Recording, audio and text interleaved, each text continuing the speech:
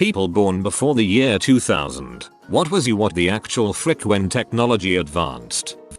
People born before the year 2000. Thanks for making me feel old as crap OP. To answer your question, the concept, and now the reality, of driverless cars, I don't know if I'll ever trust a computer to drive me around.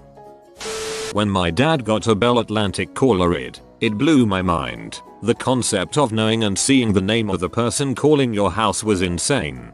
My parents have smartphones, but they also kept their landline. My mom still yells at my dad for picking up the phone to tell telemarketers off. That's why we have call display, so you can ignore them. It's like something out of a TGIF show.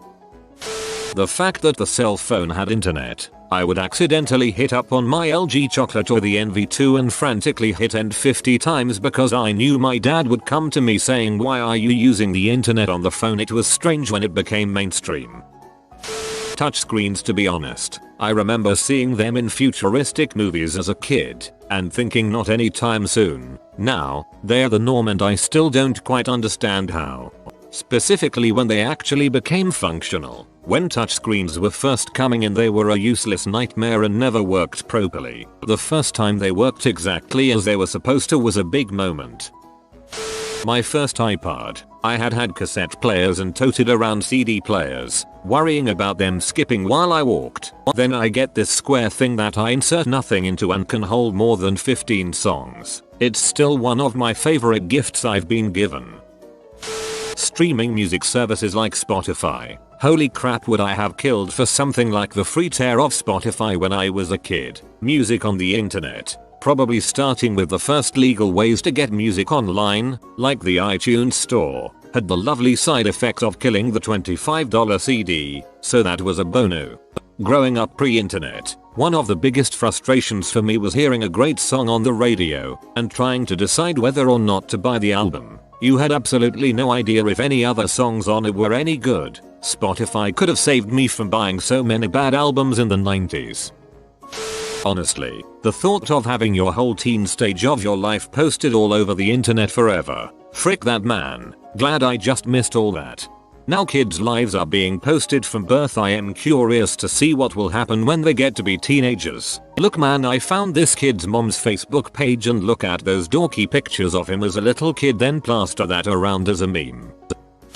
Smartphones for sure. I still forget I have a tiny computer in my pocket with access to absolutely any information I could ever need. I still remember arguing with a kid about something in class in 11th grade and having to send someone to the library to Google it.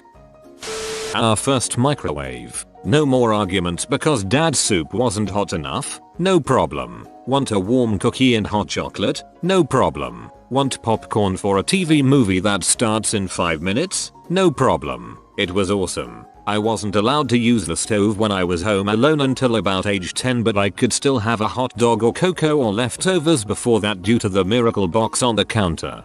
Just moved into new apartment with my wife. Forgot to move the microwave the first day and recognized exactly how useful it is. I'm going to start calling it the miracle box. I found out about Google Earth and Wikipedia on the same day, 2005. It was a game changer. 3D printing pretty much blew my mind. I still barely believe we have that kind of technology. GPS. I hated having to print out directions from MapQuest. Miss your exit street with MQ? Have fun figuring it out. Miss your turn with GPS? Recalculating. The paperclip guy in Microsoft Word. Looks like you're writing a letter. Holy crap, how does it know? I miss paperclip guy. Having a song on my MySpace page. There's a place on Ocean Avenue where I used to sit and talk with you. Was born in 1995. As a kid we were always taught to be careful about revealing any personal information online. Now it's normal to post one's entire life online for everyone to see. That's the biggest what the actual frick for me. I was born in the 50s. It's been a long weird ride with a very disappointing ending. The WTF moments have been many. CDs were a big one. Vinyl albums were a pitter, would get worn and scratched by merely pulling them out of the sleeve and playing them. My wife got me a CD player and CD for my birthday. I played it and then she said, "Watch this," and took the CD to the kitchen and spread butter on it while I gawped and tried to take it off her. Then she washed it off and it played okay. A miracle. She was pleased. The salesman showed her it could be done. Sony Walkmans, you can wander around playing your cassette tapes, recording songs from the radio. Could you believe it? The rise of computers was something to see. Computers were a work tool. Then came games. Mind blown. My simple ping pong. P was a big one too. I never knew people had sex with dogs or anything like that. It was a massive WTF. My wife has been wary of the internet since. The promise of computing was so intoxicating. All that drudge work done by secretaries and clerks was going to go. Everything looked full of promise. Robots were around the corner. A shorter working week. 30 hours 3-day weekends. To my mind it stood to reason. The rising tide of tech was lifting all boats. The progressive values of the time were obviously rational and improving people's lives. People are rational, intelligent, and progressive. Therefore any democracy would move towards a fairer world with a reduced gap between the privileged and the deprived, and that seemed to be happening. In fact, it happened for me. I've done well. But what happened for others from the day I entered the workforce until now? The trend has been reversed for those behind me. All that tech that has massively increased productivity has made things worse. It's very depressing to contemplate. How did this happen? That has been the biggest WTF. The path we wove to get where we are, given all the tech advantages. Yep. Instead of 30-hour weeks and 3-day weekends, the people who know how to build the computers now have 60-hour weeks and 0-day weekends, and all those secretaries and factory workers have 0-hour weeks and 7-day weekends and are watching the American dream swirl down the drain. Memory cards for game consoles. I remember my kid mind being freaking blown that I could take my save data to a friend's house. Cell phones. You mean they don't need a cord? LOL. I remember we got a minivan with a car phone in it. It blew my mind that you could make a call without a phone line. We were never allowed to use it because it was so expensive. I think if you told everyone in the 80s that everyone carried a video phone around with them all the time but rarely used it, instead communicated via text, everyone would be like, WTF. The biggest change I remember is no longer relying upon a landline to talk to your friends. First because it was the only way for a while, and then because it was needed to connect to the dial-up. I can't remember how many times I'd be forced off the phone because my dad wanted to check his email. I can think of two distinct moments. The first was when I was doing my masters, and one of the profs held a meeting to demonstrate this new thing called the World Wide Web. We were of course using the internet on a daily basis, but the web was something else altogether. At the time there were only a few dozen publicly accessible websites, but I remember thinking, holy crap, this is going to be huge, and immediately went to write my own website. The second was when a buddy at work told me to check out a specific network drive at work. It contained hundreds of MP3 files, an extension I had never seen before. He told me to copy what was there and rip my own CDs and upload them to the same drive. The very first MP3 I played was Head Like a Hole, so I was introduced to file sharing and 9-inch nails at the same time. Gaming console emulators. I nearly flipped my crap when my brother showed me I could play Final Fantasy VI on the computer, or when he showed me this new game from Japan that wasn't out in the States yet and it turned out to be Pokemon. Going from dial-up internet to DSL. That fax noise when you started the computer, haha. Born in 1966. For me, it was the really early internet, circa 95. Had a girlfriend studying in England, and telnetting and having live chats with her via text was amazing. After that, witnessing HD TV for the first time ever at a high-end electronics store. Bottled water. When it first started becoming popular, it amazed me that people would pay for water. Of course I was a kid and knew only that free water came magically from the faucet. This was also a time when public drinking fountains not only existed but were very common everywhere. I remember being a kid in Italy holiday to Genoa every summer. There were water fountains on nearly every corner. Some of them had been in place for hundreds of years. My friend just got back from a trip, all sealed up. Torrents. They were a game changer. Going from magazines and VHS DVDs as a kid to all the free sites now was pretty mind-bending as a teenager.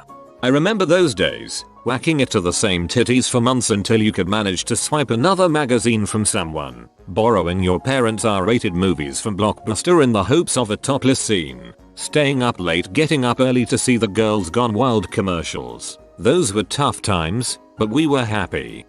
TVs went from cubes to panels. Huge difference. The other guy's comment makes the point. Not only did they go from cubes to panels, they went from boat anchor substitute to weightless. Okay, sure, they still have a weight to them, but like, those fancy flat screen TVs weigh like 5 pounds, maybe 10 pounds at the most. There's like nothing to them, it's amazing. I'm 60. I worked in IT for 25 years. My biggest WTF is when people use technology when it's not the best option. I was a consultant for many years and the number of small business that spent the money to implement software and hardware that was overkill for their needs was astounding. It was mostly Oracle Financials, which is expensive to buy and expensive to maintain. The other big category for me is the computerization of appliances. My refrigerator does not need a computer. Neither does my washing machine. It simply makes the appliance cost more to purchase and repair, usually resulting in stuff ending up in a landfill because it's cheaper to buy a new one than repair the old one. Finally, if there ever is an apocalypse, we are in deep crap because the knowledge that was once held in books is now stored on a computer. Remote control for the TV, home computers, Pegas. The pocket calculator was a pretty big one. They had landed men on the moon before we had that amazing tool. If you needed to know how many times 3.4 goes into 866, you had to figure it out on paper or in your head. The biggest what the actual frick disappointment is space travel. It only took 66 years to go from the Wright brothers to landing a man on the moon. Now it's almost been another 50 years and we really haven't done squat. Back in 1969 I would have expected much more by 2017. Internet was so fascinating at the time of its creation.